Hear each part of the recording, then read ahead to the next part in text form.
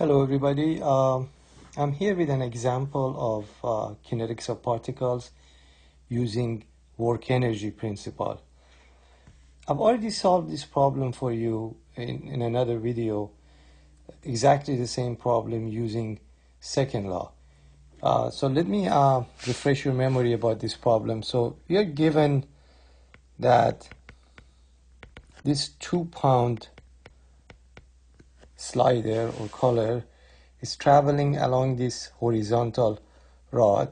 At position 1, if I call this position 1, velocity, as you could see, is given to be 15 feet per second. And we want to find at position 2, which corresponds to an S of 1 foot. So when S is 1 foot, right, we want to find V2, velocity at position 2. And our objective is to use work and energy approach or principle. So you guys recall that this problem was done using a second law, and we had to use F equal ma, of course, calculate acceleration, and from acceleration by integration find velocity. You guys also recall that acceleration here is a function of position because of the spring here, and we had to go through two steps: find acceleration, draw a free body diagram, find acceleration, and then from acceleration calculate the velocity. Now the nice thing about work and energy is that work and energy, first of all, is a scalar approach, right? So we don't have to worry about the direction. And then when you use principle of work energy, you actually in one step you calculate velocity. You don't need to find acceleration. So let's get started. One thing I forgot to mention is that there is no friction here or negligible friction. So there is a smooth rod here. Okay, so why don't we start? So using the work energy principle, you guys recall that the work energy principle or principle of work and energy states that work is equal to change in kinetic energy.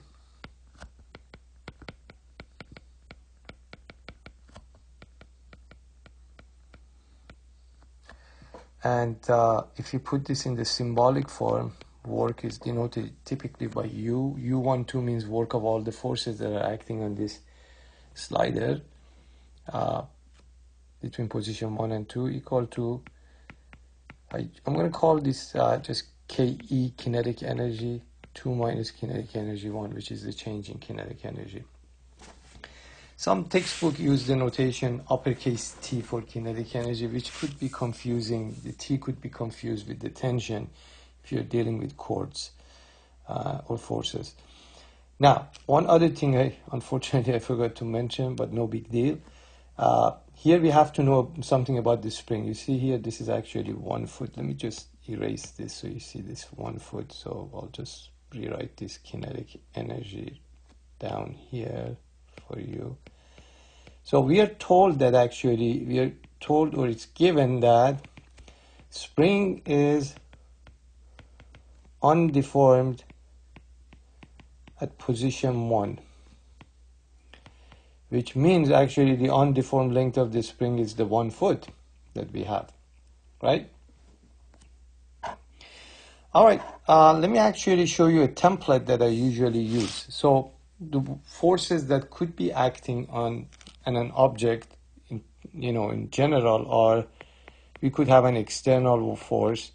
The work of an external force could be calculated using this equation. Of course, if your force and the angle are constant, you don't have to integrate. Then we have the work of force of gravity. We have the work of force of a spring. And we have the work of force of friction, which I put it in as an integral if the friction is variable. So that's the left-hand side of the equation. The right-hand side of the equation, because I don't have any room here, is equal to change in kinetic energy. If you just have one particle moving, in this case the 2-pound color, we have half of mv2 squared minus 1/2 mv1 squared. Kinetic energy is 1/2 mv squared. All right, so let me just say that this is the work of an external force. This is the work of force of gravity, which could be positive or negative, depending on if you go with gravity or against gravity. This is the work of force of spring. This is the work of force of friction, which is always negative because friction always is slowing the system. And of course, the right-hand side is changing kinetic energy, right? So the question is, which of these forces apply to our case? We don't have any external force, so this is 0. This guy is moving horizontally. There is no gravity. There is no change in elevation. Y is 0, right? There's no friction. So the only force we have, guys, that we have to worry about its work is just the work of force of a spring. And the formula is minus 1/2 K S2 squared minus S1 squared equal change in kinetic energy. We have, so this is the unknown here. Let me put it in red, right? V2 is unknown. And I have the initial velocity. Just be careful with the mass, by the way. The mass of this guy is the 2-pound, the weight divided by G, 32.2, which is actually slugs. Okay, now something about, we have to know about S1 and S2. S1 and S2 in this formula are actually the amount of deformation at position 1 and 2 respectively. So let's see, what is S1? Remember, the spring is undeformed at position 1. So the length of the spring is, you see, at position 1 is 1. The spring is undeformed length is 1, so we get 0. What about S2? When the slider gets here, the spring has a length of 1, 1. So this is root 2. Root 2 is about 1.414 minus the undeformed length, because S2 is how much the spring is deformed. So this is the typical mistake that people make. They try to use the root 2 for the deformation. Root 2 is not the deformation. Root 2 is the actual length of the spring at that position minus the undeformed length. So this becomes 0.4142, I believe. All right, we're ready to plug in. Minus 1/2 K is given to be 4 pounds per foot. S2 is 0.4142. Squared minus S1 is 0. Be careful again, guys, with the weight is 2 pounds. The mass is that. This is the unknown.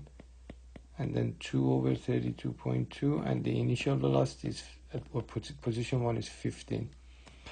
All right. Do the calculation. We already know the answer. As I said, we've already solved this problem using second law.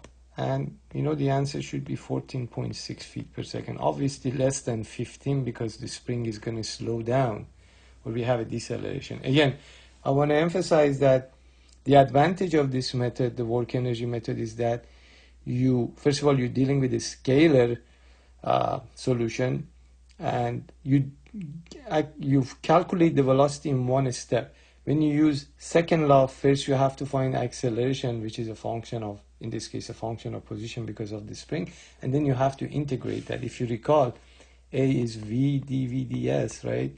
And you have to do this, V dV equal A ds. So you see, you had to go through 2 steps to do this. All right. As always, thanks for watching and listening. If you like the video, guys, you can subscribe to my channel, and I'll have many more videos coming your way. And thank you again.